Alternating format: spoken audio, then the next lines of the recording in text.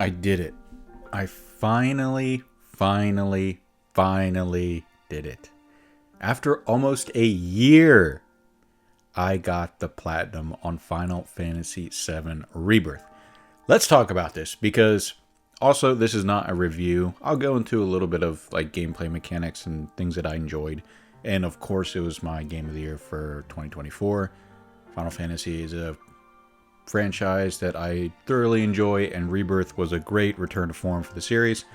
And yes, it's a great game. I feel like it's got enough accolades and review scores to prove that, and I don't need to speak much on it. But this video is focusing really on my experience with the Platinum Trophy, and goodness gracious, 300 in-game hours it took me to get this Platinum Trophy.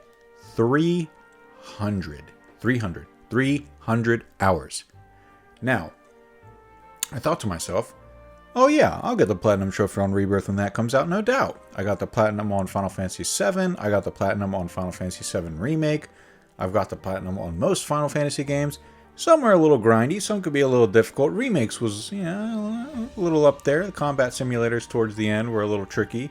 The hard mode playthrough was only difficult really towards the end. So yeah, I was like, okay, I know what I'm in. Yeah, I could see what's going to happen here. Oh no. Oh no. This was in a league of its own. That's really because of two major reasons. One is the combat simulator is back. Chadley is back with his combat simulator. And oh my gosh, there are so many more. Not only are there so many more, but holy moly. Some of them towards the end took me literally weeks of just on and off grinding. Now, earlier when I said this took me almost a year, on and off. Like, obviously I wasn't solely playing this for a year. I was jumping in and out. But, holy moly. Rulers of the Outer World, fudge that. Because that took me probably the longest out of all of them. And then once you get to the last few that are 10 rounds each, it can just be... And yeah, by the way, I'm not showing any footage of these because I am not going back into those combat simulators. I have finished them. It is done. Yeah. Some of these can last 10 rounds, and you can spend, I kid you not, like 17, 16 minutes per attempt sometimes. Per attempt. Because it's that difficult. You have to be so precise. The room for error is very, very small. Now, sure, okay, yeah, that it was difficult. It took some time. But Johnny's treasure trove. Spoilers ahead. Johnny gets a hotel in Rebirth, and once you get to Casa del Sol, and you can get essentially like trophies and things to decorate his hotel and raise it to a 7-star level. What this means is there's a total of 88 mini games and things you need to do, and you need to score the best in almost sometimes in every category, and then you need to score the best in like whatever the highest category is. And boy, oh boy, did this take a long time. Long time. There were so many things where I was like, wait, what? I've got to do this. I've got to do that. I've got to do so much grinding, so much preparation. Honestly, like, I enjoyed... And I know some people said the game is too big and there's too much to do. And I enjoyed all of the combat and the exploration. All of that was fun. I think the world map is huge. All of that and I enjoyed. But oh my gosh. Johnny's treasure trove was no joke. No joke. I mean, I remember the freaking 3D brawler that you had to do. You had to finish all of them.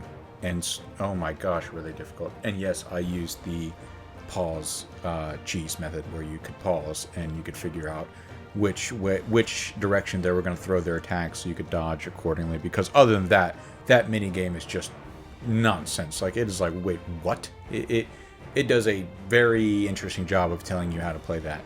On top of that, there was just so many things. And of course, after that was finally done, and I finally, I think the combat simulators was one of the last things I left to do. And once I finished Rulers of the Outer World, I had a pretty easy time doing everyone's standalone ones, like Cloud's. I had once, I think Zach's in Cloud was a Bonds of Friendship or Bonds of a Hero. I don't remember. The one with Zach, that one was a little difficult for me too. I feel like that one I spent a couple of days on. The one with Sephiroth, I think I did first try. But goodness gracious, they were difficult. Then you had the hard mode playthrough, and you know what? I just breezed through that.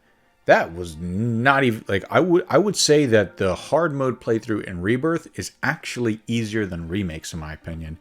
I breezed through that. The only boss I think I had, there's no Hell House in this, so like that was the only one of the major big bosses in remake that was kind of difficult in hard mode.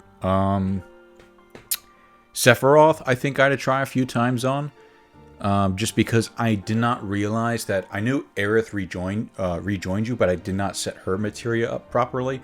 That's one thing you really need to focus on in your combat simulators and in your hard mode playthrough is proper materia usage and knowing what materia to grind for and level up, because boy oh boy, you are going to need it. There are some very, very optimal setups that will help you tremendously.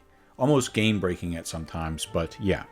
Let's see. There were a couple bosses that you would play not as Cloud. So like the first one, I think you had to do in chapter 3 or 4 with Barrett and Red 13. I had a little bit of issues with that, but other than that, it was pretty simple. But it's finally done. It's finally done. Oh my gosh. And you know what? It's kind of bittersweet. It's kind of bittersweet. I spent a lot of time with this game. It's actually funny. The director behind the game has stated an apology for how difficult the platinum was, and that in part 3, it will not happen again, and he plans to lower the difficulty. And I will just say, I don't think it was necessarily difficult.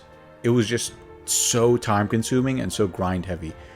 Really, I don't think they should have made Johnny's Treasure Trove as tedious as it was, because like I said, you would literally have to get, let's say there's a minigame, right?